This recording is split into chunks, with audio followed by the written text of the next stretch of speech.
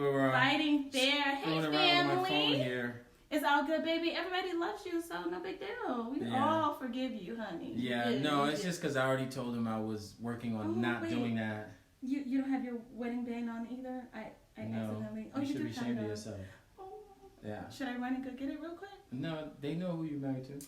And if they don't, they better recognize. Yeah, you're surprised. So no, okay. About fighting fair. Now, I'm sure a lot of you are saying, wait, married people that are in a relationship, isn't it a bad sign if you actually fight? And today we're going to let you know that no, it's actually not a bad sign if you fight. Fighting means that somebody's telling the truth in the relationship. Yeah. It may not be the truth, but they're telling their truth. Right. And that's a big difference. So fighting is an indicator of a healthy sign. So it's okay to fight, but we just want to talk about how is it that you can actually fight fair in the relationship. Now, what about, you guys ever heard the saying, like, you know what? Or I remember our mentor was sharing this part with us. He was counseling a couple one day, and then the couple said, you know, I went to my wife and I gave her a good cursing out, and I just knew that was going to do it for her. I knew she was just going to be converted. She was going to come to my side of the tracks. Fact is that cursing, using negative words, and especially women, if you're cursing out your man, it's scientifically proven that after the second curse word, they can no longer hear. So their hearing just stops, like it doesn't work anymore. So cursing out, I'm just joking about that, but cursing out. Well, no, baby, I was going to say, humans. There is a human thing. She's trying to poke at the guys that we stop listening. Mm-hmm. But human beings, it's been scientifically proven. Yes. Once the volume goes to a certain level, they tune out. Like they're literally, the rational part, the reasoning part of the human mind stops working. That is so if you're the one yelling, that applies to you. If you're the one who's being yelled at, that's the one that applies to you as well. Right. So anyway, baby, I'm sorry. Right. Just wanted to... No, you're absolutely right. So it's so important for you to understand that it's okay to fight, but just fight fair. Yes. There was a study that was done. I can't remember the actual source of the study, and I actually did a video on it. You guys can actually, hey Magda, hey Mario, welcome back Mario. And you look like you had so much fun over in Buffalo. But there was a study that was actually done, and in that study it states that, in that study it states that if you fight in the beginning a lot and then not a lot later on, is actually a good sign. Yes. Because say for instance, all right, you get married, you get into a relationship, and everything's all hunky-dory, like everyone's having an amazing time because it's the beginning of the relationship, and you're in the honeymoon phase, and no one's doing anything wrong, and then all of a sudden, you guys start fighting. The fact is, most people think that's a negative sign, but we're here to tell you that it's not necessarily negative. Yep. It's the outcome of the fighting that determines whether or not it's negative. Yep. So, here's the deal. You got to think for a moment, right? So if you begin to fight with your spouse and you are the one that's always winning, that's a bad sign. But if you two are being healthy and you're coming to the relationship and, he's giving his side and then you're giving your side, that is always a healthy sign of a good sign of a healthy relationship. Mm-hmm. And then you leave the conversation learning more about your spouse, and you both get into a space to where you make a decision to where, you know what, I'm going to do things differently based on this conversation. I'm going to do things differently based on the information that I now have about you. That is healthy. But it's when you go there, you're cursing, you're yelling, you're causing, bringing up past pains, things that happened that they told nobody else about that thing, but yet you bring it up in your relationship with your man or with your woman or with your wife or whatever. You bring that thing up, that is below the belt, and that is actually not permitted in a godly, healthy relationship. Right, man? Mm-hmm. Absolutely. Absolutely. In fact, people do it all the time. Yeah, they do. I wanna kind of take this conversation a little bit deeper and a little bit more personal and a lot more transparent. One of the things that I love about our ministry is that we pride ourselves on being honest and authentic. It's interesting. I was watching something yesterday. I forgot what I was watching. And the guy said, being authentic. He said his friend said it meant telling your truth. Right? So here's the thing I want to say to you guys. Authenticity is about me telling you my truth. It doesn't necessarily mean it's the truth, but it is my truth, right? Yes, so yes. Our ministry is growing and flourishing because we're helping people, but it's also because we're helping them by being authentic. And so I don't want you all to feel condemned if you're the person who was cursing all the time based on what we were talking about here. If you're the person who's been the aggressor most of the time based on what we're talking about here, it's not condemnation. The reason we share these things is because information is truly power. We don't see with our eyes, we see with our knowledge. That's why two people can look at a crowd with no shoes, and one sees a crowd with no shoes and the other sees a shoe store. The only difference was one knew something the other didn't. So he saw. You can see. What your eyes are the lens. They're the thing that gathers the data. But then your brain is what actually processes. So your brain is what you actually use to see. Now that that's said, let me share something with you all from, again, a very transparent space. This was a text message that I got from a family member. And I will not tell you who, and I'll make sure I don't say the words that would disclose who, because I do believe in privacy. Right. But at the same time, this was so powerful and especially relevant to tonight's topic, I didn't want to leave it out. He'll know who he is when I read this to him. Brother, I hope you know I love you, man. I would never, ever disclose anything about you. I know him. He's probably watching, or will be watching. But so check this out. It says, bro, I know it's Saturday, so you probably won't get this message until tomorrow. The reason he said that is because we celebrate our Sabbath Friday night to Saturday night, the way that God intended it in his Bible. And so he said, I know it's Saturday, so you probably won't get this message until tomorrow. But I had to send it in the moment. I know I've said it many, many, many times before, but you are a rare individual. I wish there was a better way for me to even explain it. I really needed someone like you in my life. This comes as I have been thinking on changing myself. I've noticed that I get upset too much, but I need to allow that to be released for things to flow. I immediately thought about you and how I've never seen you being upset.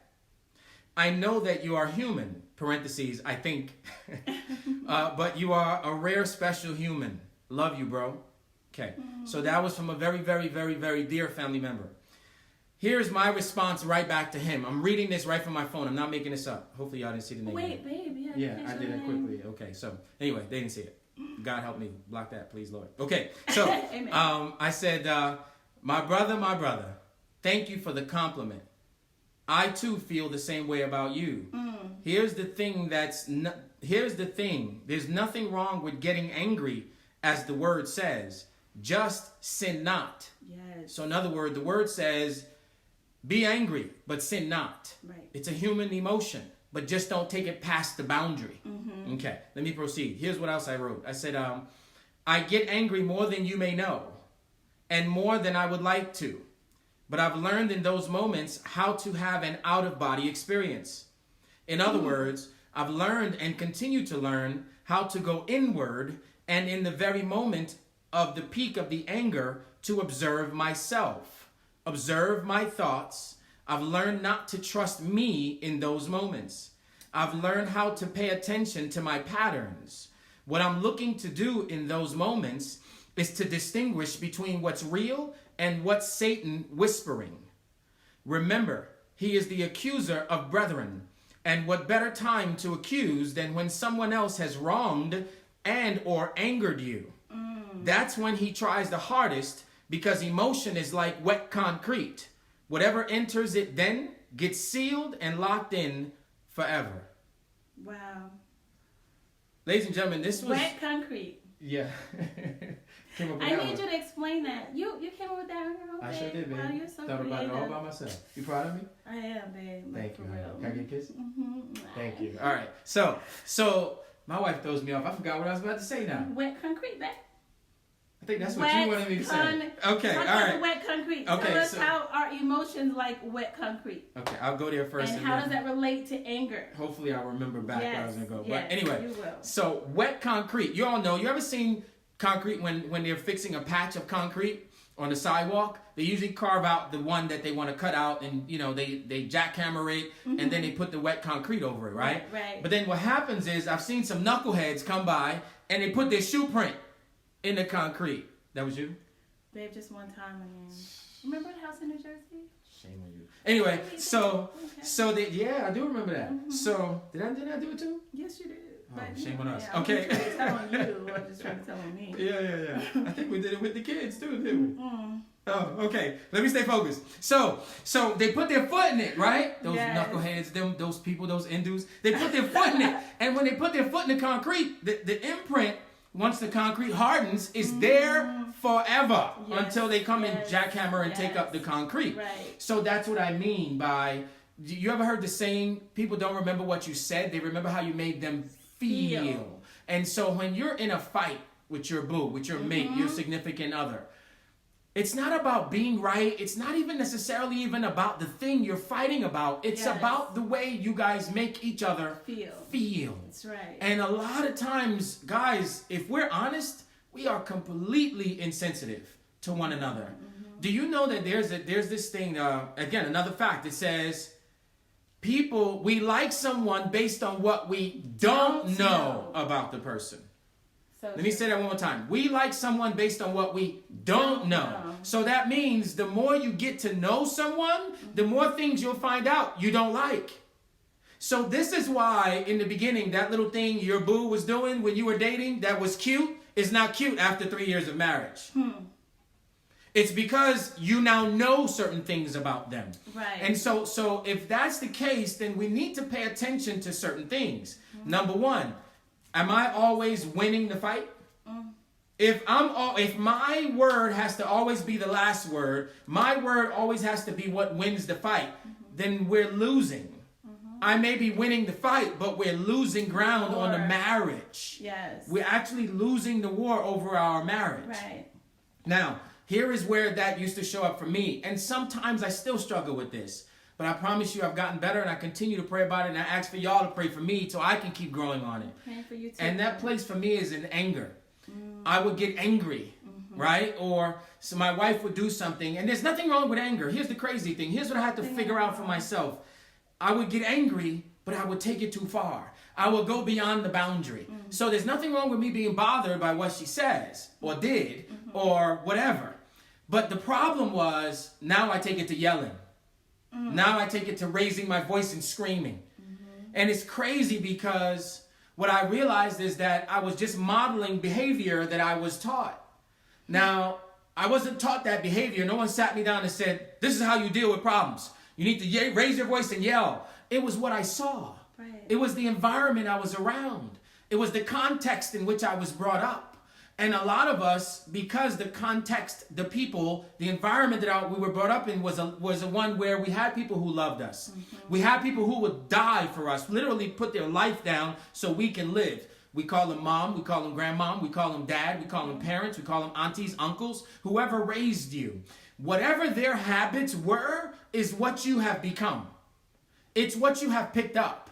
And I picked that up. I picked it up from my Nigerian culture. You guys have heard me even talk about this. You see two Nigerian men talking, you would swear a fight's about to happen any minute. Get the popcorn. It's about to be good. Get the popcorn. That's what I would say jokingly, but there's so much truth as to the source of that. So I'm being authentic. I'm sharing with you all from my personal experience because I want you all to heal. I want the men that are watching this to heal because it's usually us that tends to do the anger yelling side. Sometimes the women do it too. But my wife is going to speak more to the things that women do here in just a moment. But for the men, we're lions. Especially if you're an alpha male. You don't want to be crossed. You don't want to be put down. You don't want to be made to feel like beta. You don't want to be, emasculated. You don't want somebody to take away your power. And we feel like by yelling or screaming and going to the top of our lungs that we're gaining our power. In essence, we're doing the exact opposite. We're losing the power, and that other person, in this situation, my wife, would lose respect for me. Because when you know you have an alpha man, when you know you have a lion in your husband that will protect you, that's not afraid of man or anything of that nature, you actually rest in that power. You rest in that strength, that courage that he possesses. But here's the problem. When that power turns against you, now it becomes abuse. And so this is why I say that men, for us as men, we got to watch this, y'all. And I don't care who you are. Let's not pretend. Right. No, let's not pretend. If you're guilty of this, just own it. That's the best way. The word says we're not renewed just by the transforming of our mind, but by the word of our testimony. So it's nothing wrong with telling it. That's right. I've sat my sons down and said, that's not how we should be as men. Right. Do you know why I've done that with them? Because I've asked them to hold me accountable after that. Now, my wife doesn't know this. These are me with my boys one-on-one. My 16-year-old and my 10-year-old now. My 3-year-old, he's not quite there yet. Even though I feel like he's got this lion in him too. I know he has it because I see it in him. But I can't have that talk yet. He's too young. But I sit the other two down and I say, listen, I apologize for how you saw me talking to your mother. I'm sorry for the way you saw me dealing with mommy. She doesn't deserve that. That strength, that power that's in me is there to protect her, not to use it on her. I'm telling you this because if I ever fail again, I want you to call me on it. Wow. Oh. Do you know how powerful that made me feel? Thank you, baby. Do you know how strong that made me feel? Do you know how much it changes the context for my sons? What will they now do with their wives? Right. When their daddy was strong enough to look them in the eyes and say, I failed. I'm sorry. Right. I will do my best to not let it happen again. And if I do, come get me. What do you think they're going to do if they ever fail or slip with their wives? So, ladies and gentlemen, let's not get lost in the fun and the greatness of the ministry and, of course, in our energy and all that. But let's also get the serious points and take them home, y'all. That's right. If you haven't done that with your sons yet, fathers, and you have failed in this capacity like I did, go and apologize. Yeah. Clean it up. I promise you, your children want to forgive you, but you got to give them permission to. That's right. Babe, that was powerful. That was so powerful. I didn't know you did that. Thank you, And that's awesome. Praise the you. Lord. Thank you. Thank you so much, Warren. I love listening to you. Me too. I love listening to this too. He's awesome. Thank you, and brother. Shalonda says, what about just walking away? That works for me. Yeah. And that's true. Sometimes you need to take a moment, just take a breather so that you can calm down if anger is present with you. And just calming down actually helps. I mean, it really makes a big deal. And then you can come back and you can address that issue. So that's huge. Yeah. Now, what we got to get as women that we don't necessarily show, we can get angry, but we don't necessarily show our anger all the time in like an aggressive manner like how men do when we're fighting. Sometimes we just say nasty things to our men. Yeah. Sometimes we just cut them with our tongue and we don't even have to yell. You know, ladies, we can definitely go there because okay, so yeah, we could definitely go there. So, but I just want to tell you about words. Let's talk about words for a minute. Yeah. The Bible says, I ain't trying to preach to you, but I'm just trying to tell you the truth, that when God created the world, what did he do? He spoke. He spoke, right? So words, I mean, that one scripture in itself indicates for us that there is power in what? In words, right? Yes, in words. Yes, ma'am. He created this world into being. So here's the deal. Here's the connection I want you to make. That our words, they don't evaporate. Yeah. They don't go and disappear into thin air. We think a lot of times that we say things that are mean and that's evil, and then we go back and apologize to our spouse, and then we say, baby, that wasn't my heart. Well, guess what? The Bible says very clearly that out of the abundance of the heart, the mouth speaks. So whatever's in the content of your heart reveals your true character. So let's just be real today. Can we be honest with you? You know, you guys, we're going to tell you the truth. Words are nuclear. They are designed to create, to build, or to tear down.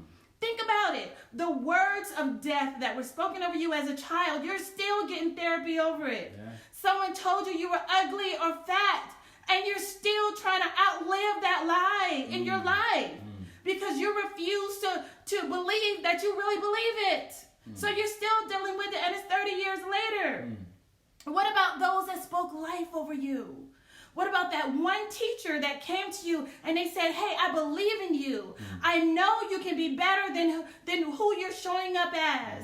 You did that thing and you blew me away. You're going to be an amazing author one day. You're going to be a mathematician. What about those people who believed in you and spoke life into you? Those people were the ones that created the power that now still probably exists in you. Very true. Think about all the successful people that exist today.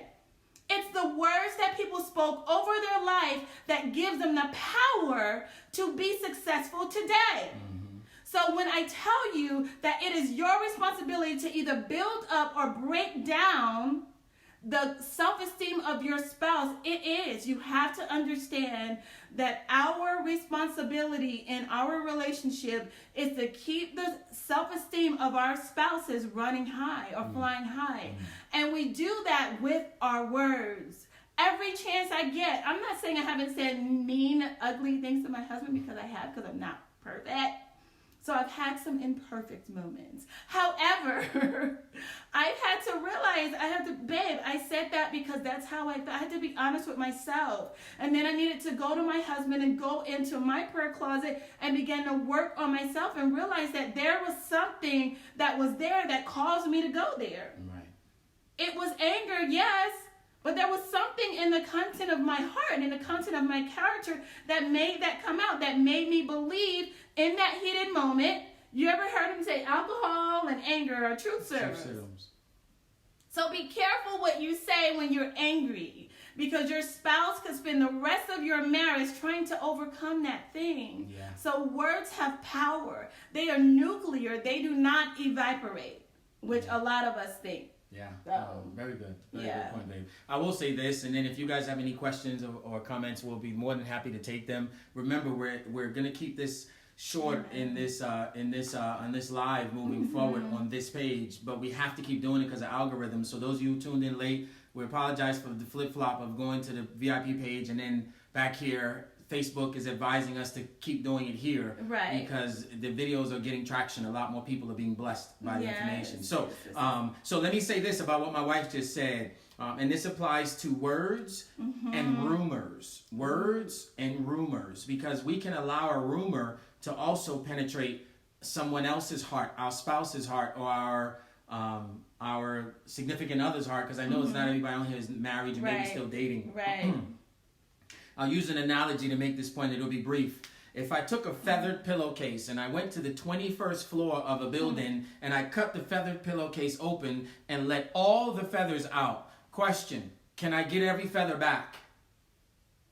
As a matter of fact, if you think he can get every feather back, type a 1 in the comment section. If you think he cannot, type a 2. Yep. That's a good point, babe. Thank Yes. you. See how she completes If me you up? think, I'm going to say 2.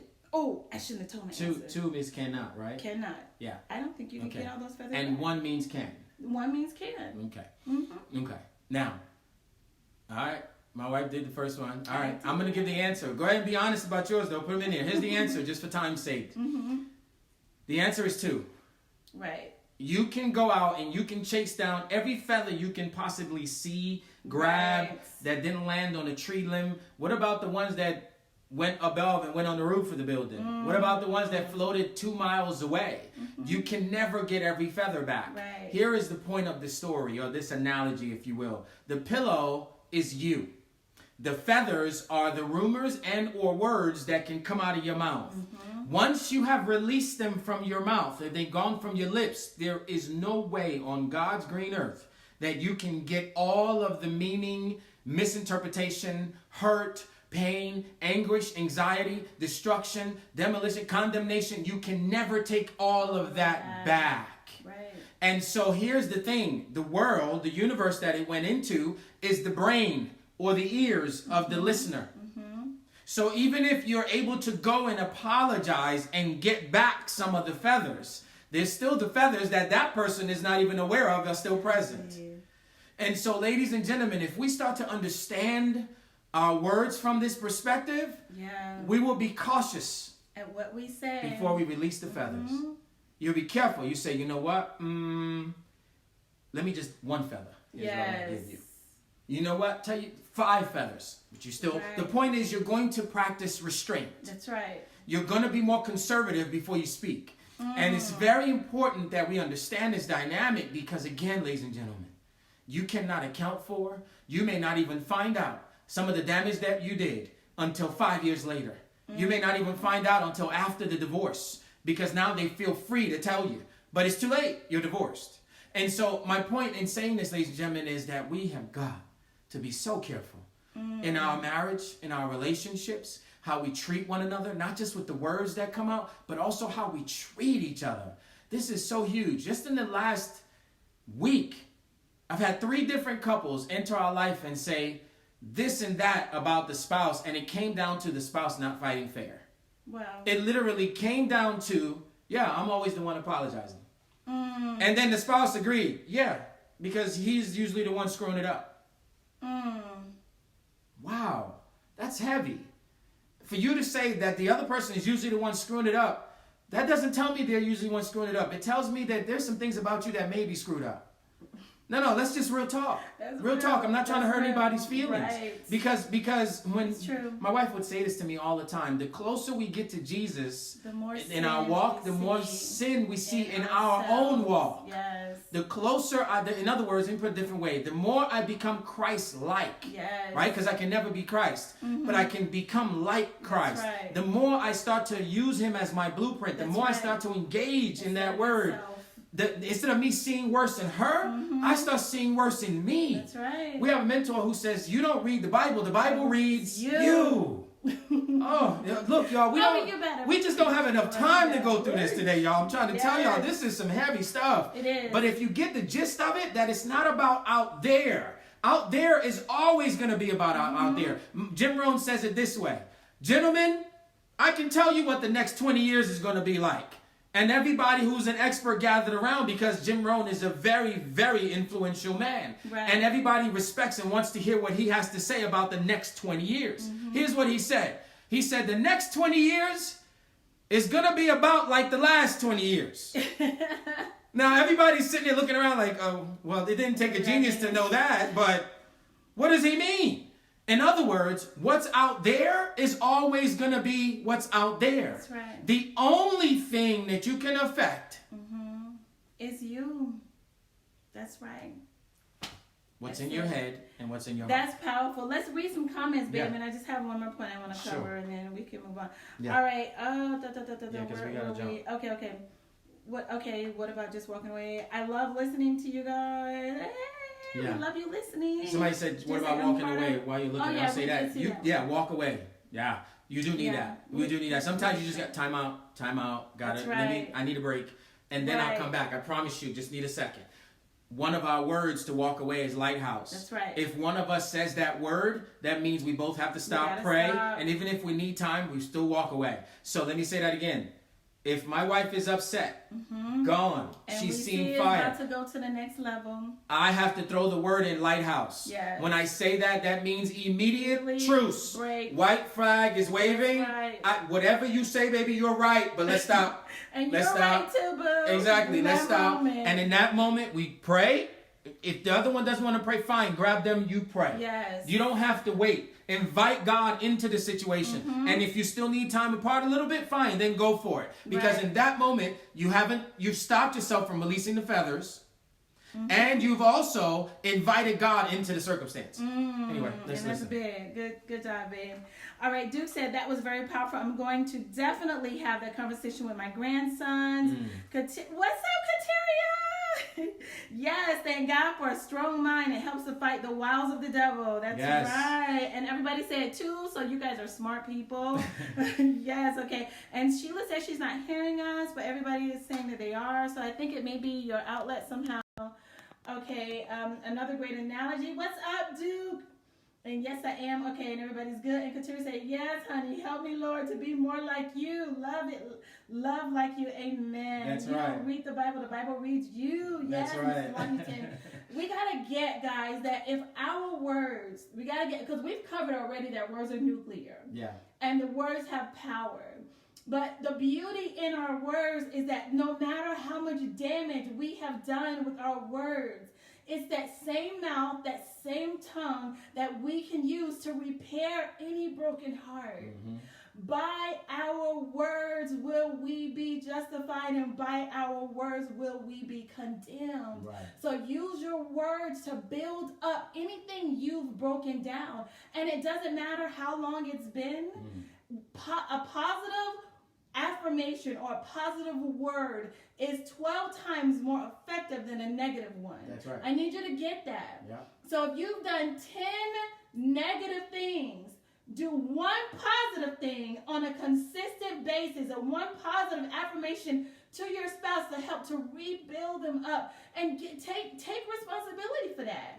Because sometimes we're just so detached because of unaddressed issues, or unresolved issues, or file cabinets that we refuse to deal with. We say all the time, whatever you don't deal with will eventually deal with you guys. So those things that you refuse to deal with, you begin to deal with those things, but in a positive way when you begin to fight fair. And that is a big deal. So know that whatever damage you've done can be undone through your words. That's right. Yes. And let me say this to y'all. This just came in my spirit as my wife was talking as we close out here. Let me say this. If you're listening to our voice today, if anything that we just said touched, moved, or inspired you in any capacity, here's my challenge. I want to challenge you tonight, not tomorrow, tonight.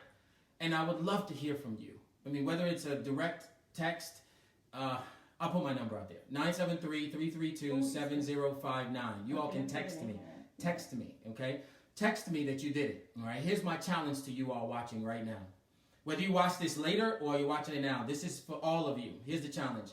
Go to your significant other, and that thing that they've been asking you to do it. That thing that you've been vehemently saying, no. I'm not talking about anything immoral. I'm not talking about anything unethical. I'm not talking about anything stupid. I'm talking about that good thing that they've been asking you, that you've kind of been giving them a difficult time about. Maybe they've been asking you to help them out money-wise, and you've been saying no for whatever fear or anxiety that's present. Do it. Just do something. If they've been asking for $5,000, give them $1,000 if you can. If they've been asking for $1,000 and you've only got $50, give them $50. If your spouse has been saying, baby, I want that new car, then maybe tonight go sit down with her and say, baby, let's look at some car options. Even if you can't afford it yet, give them something. I shouldn't have said nothing because she wants a new car. But I already told her she's going to get one, all right? And it's coming up very soon, so I've already done tonight. Yeah. I challenge you. Tonight. So look, I really mean this though, guys. I know we're joking around here, but I really sincerely mean this. Go do it. Here's the thing I want you to give back to me though. Here's the thing I want you to pay attention for and look for. Yes. Look for their response. I want to see what happens. Just try this experiment with me. I can't see this going wrong. I really can't. If you go and do something good for your mate, whatever that thing is, you can only get good back. Remember, we said Christ-like. Right. So here's the thing. Let's say, I'm just using the money thing just because it's so easy to talk about. Yeah. So let's say it was $1,000 and you gave them $500, right? And then ask them after you see the joy in their face, just say, I just want to know, like, how do you feel right now? Like, do you feel good? Do you feel better about me? How did my gesture just impact you?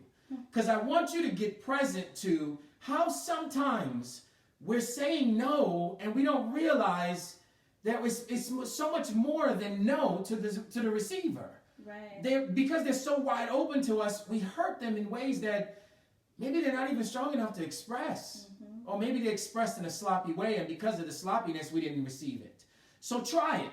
And if there is nothing that you can think of that your spouse or your boo asked you, then go do something nice for them that you normally would not do. Right? Yeah, do something. Like, do something nice for them. I don't care how big or small. And then just look for that feedback. That's the point of what I want you to do, is to get that feedback. Because if you can get that, wow, that small gesture that cost me nothing or not much, gave me that much, how much more can I do? Right.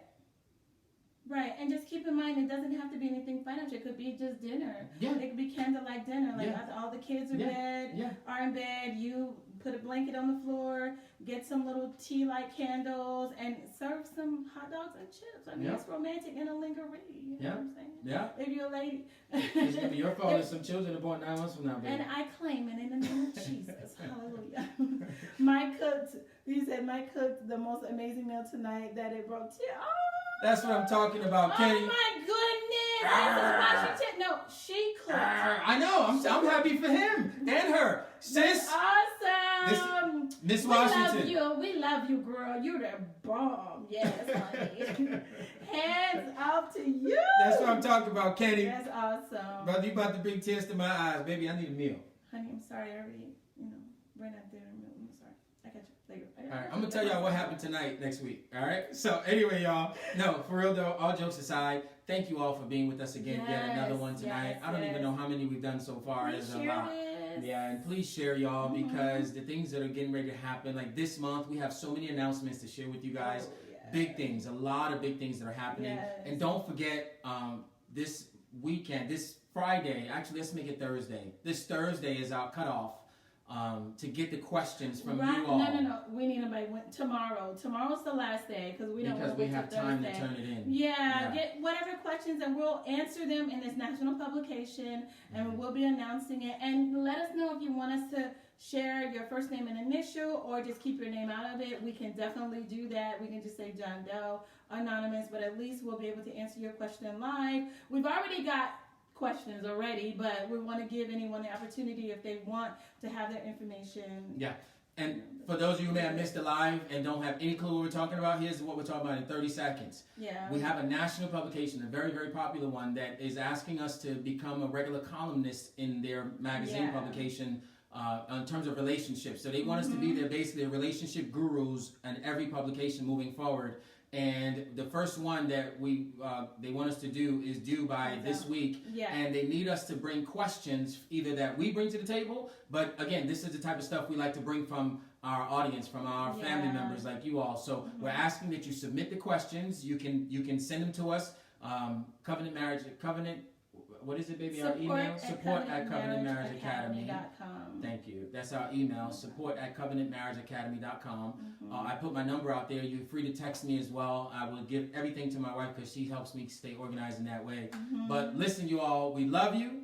We look forward to seeing y'all next week. And then remember, our lives will continue here, but we're going to be doing special lives in the CMA VIP group. Yes. So if you haven't joined it yet, go to the search field, and put in CMA VIP, CMA VIP, and when it pops up, ask to join because it's a private group. We have a bunch of stuff that we are already putting in place right now to share with you all in that group side. So look forward to hearing you guys next week. And also to get those questions from y'all this week. Yes. All right? We love you. Pray for your families. Pray for your life. Remember, words are nuclear. They do not evaporate. So build up your families positively with your positive words. Love you guys. Oh, thank you so much, Duke. Take care, take charge, and God bless you. Thank you, Duke. Appreciate it. God bless, guys. See y'all next week.